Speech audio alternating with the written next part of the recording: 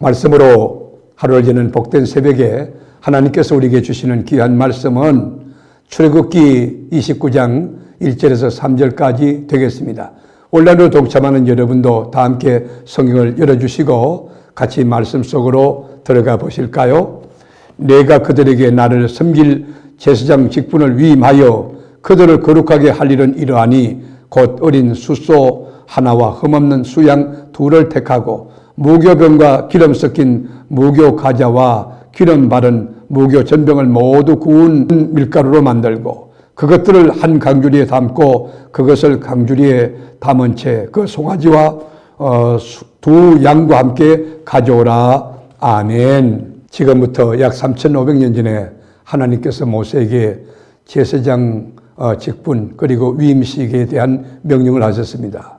제사장 위임식은 일주일간 계속되는데 굉장히 엄숙하고 경건했습니다. 먼저 수송아지, 흠없는 수양 2마리와 누룩을 넣지 않은 밀가루 빵과 기름을 바른 가자를 제물로 준비하는 것으로부터 이제 시작이 됩니다. 그 제사장도 죄인 가운데 한 사람이기 때문에 하나님의 영광 가운데 설 수 없고 나갈 수 없는 사람 아닙니까? 그래서 맨 먼저 이 속죄함, 제사함이 필요한 것입니다. 위임식을 하기 전에 모세는 아론과 그의 아들들을 회막문으로 데려와서 몸을 깨끗하게 정결하게 씻게 합니다. 4절 보실까요? 너는 아론과 그의 아들들을 회막문으로 데려다가 물로 씻기고. 왜 씻깁니까? 거룩하신 하나님 앞에 나아가는 절차지요. 이 씻는 것은 위생상의 문제가 아닙니다. 거룩한 직분을 감당하기 위해서는 하나님 앞에 성결하게 하는, 자기를 구별하게 하는 의식입니다. 하나님의 손에 붙들려서 사용되려고 하면 먼저 자기 자신이 하나님의 부르심에 대한 소명도 확인되지만은 구별되는 자가 되어야 됩니다. 그리고는 거기다 제사장 옷을 입히는 거죠. 5절에 보면 의복을 가져다가 아론에게 속옷과 에봇 받침 겉옷과 에봇을 입히고 흉패를 달고 에봇에 정교하게 짠 띠를 띠게 하고 그랬어요. 여러분, 주일날 우리가 교회 나올 때도 예복 같은 그런 차원, 제사장이 에봇이라는 제사장복을 입고 나오듯이 우리가 교회 나올 때 단정한 옷, 사치스럽고 비싼 옷 그런 뜻이 아니라 정말로 깨끗한 아주 귀한 옷을 입고 하나님 앞에 나와야 되는 것입니다. 얼마나 귀한지 아십니까? 여러분, 이런 것이 신앙의 습관이 된다고 하면 주일마다 뭘 입을까 고민이 안 되는 거예요. 왜냐하면 평상시 가장 좋은 옷을 골라놓고 그 귀한 옷을 입고 나가기 때문입니다. 저는 구두를 살 때도 맨 처음에 산 것, 하나님의 전에 맨 먼저 하나님 저 구두 샀어요.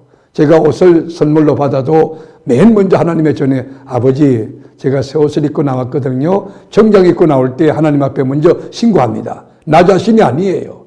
여러분, 이건 내가 자신이 축하받는 게 아니고 하나님 앞에 맞춘 거지. 하나님 앞에 예의를 표하는, 하나님께 예지를 다 표하는 것입니다. 여러분, 제사장 옷도 자기 자신을 못 입게 입는 옷이 아니라 하나님 앞에 나가는 그런 예복인 것입니다. 아주 누가 봐도 독특한 옷이죠. 이스라엘 민족들이 많지만 그런 옷을 입는 사람은 단 한 사람, 대제사장뿐이에요. 왜요? 대제사장은 하나님을 상대하는 분이기 때문에 하나님의 수준에 맞춘 옷을 입힌 것입니다. 그래서 대제사장의 옷을 보면 백성들이 하나님을 생각할 만큼 두렵고 떨리고 아주 엄숙하고 경건한 그런 메시지를 받게 돼요. 하나님을 생각나게 하는 옷, 그 옷을 입은 제사장이 여러분 가슴에 보석을 달고 있는데 각 지파의 이름들이 다 기록이 돼요. 군인들의 견장이 있잖아요. 양어깨에 있는 그 견장처럼 2개의 호마노 석에 여러분 그 이름들이 다 있어요. 위에서 봐도 여러분 12지파가 이름이 있고 밑에서 봐도 여러분 이름이 다 보이는 거예요. 도대체 누가 보라고 보석의 이름을 새기고 나가는 겁니까? 딱 한 분, 하나님이에요. 제사장이 하나님께 나갈 때 하나님은 그의 백성들의 이름을 다 알고 계시는 거예요. 제사장을 보실 때 하나님은 그의 백성들을 생각하시는 것입니다. 또한 백성들이 제사장을 볼 때 하나님이 생각나게 합니다. 제사장은 여러분 하나님과 인간 사이에 중보하는 역할을 하지 않습니까? 예를 들어 소돔 고모라가 멸망당할 때에 하나님이 그 나오기를 주저하지 말고 주저하고 있던 그 롯에게 여러분 억지로 끌고 나오도록 그렇게 하지 않습니까? 왜 그랬을까요? 하나님은 아브라함을 생각하사 롯을 소돔 고모라에서 구원하시는 것이에요. 창세기 19장 29절에 보면 하나님이 그 지역의 성을 멸하실 때 곧 롯이 거주하는 성을 엎으실 때에 하나님이 아브라함을 생각하사 롯을 그 보시는 중에서 내보내셨더라. 여러분, 이 말씀 속에 하나님이 아브라함을 생각하사, 여러분 거기 한번 라인을 쳐보세요. 얼마나 귀한 메시지입니까? 하나님이 아브라함을 얼마나 귀하게 여겼으면 아브라함을 생각하사 롯을 내보냈겠습니까? 또 아브라함은 얼마나 조카 롯을 사랑하고 아꼈으면 여러분 그렇게 끌어안고 기도했겠습니까? 여러분, 이것을 하나님이 아시기에 아브라함을 생각하여 롯을 하나님이 버릴 수가 없었던 것입니다.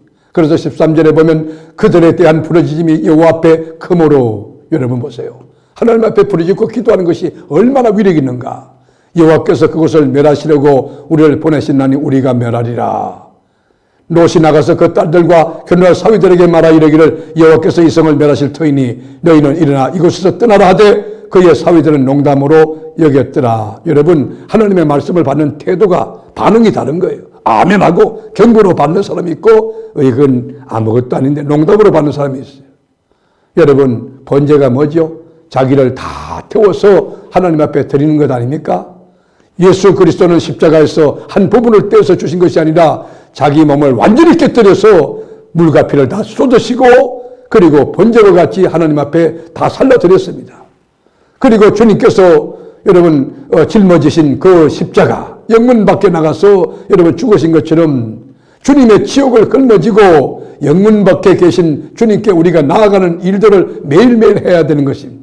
오늘도 제사장의 옷을 입고 우리가 가는 길에 또 내가 선택하고 내가 만나는 모든 사람들 안에서 하나님의 영광이 드러나고 참 제사장의 그 영광스러움이 나타나서 하나님을 기쁘시게 하고 하나님을 영화롭게 하는 예수의 편지, 예수의 향기의 삶을 살아가는 복된 하루 될 수 있기를 주님의 이름으로 축복합니다.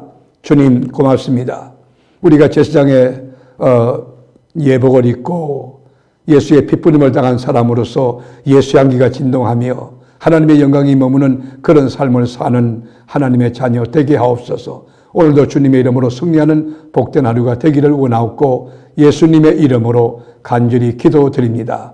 아멘.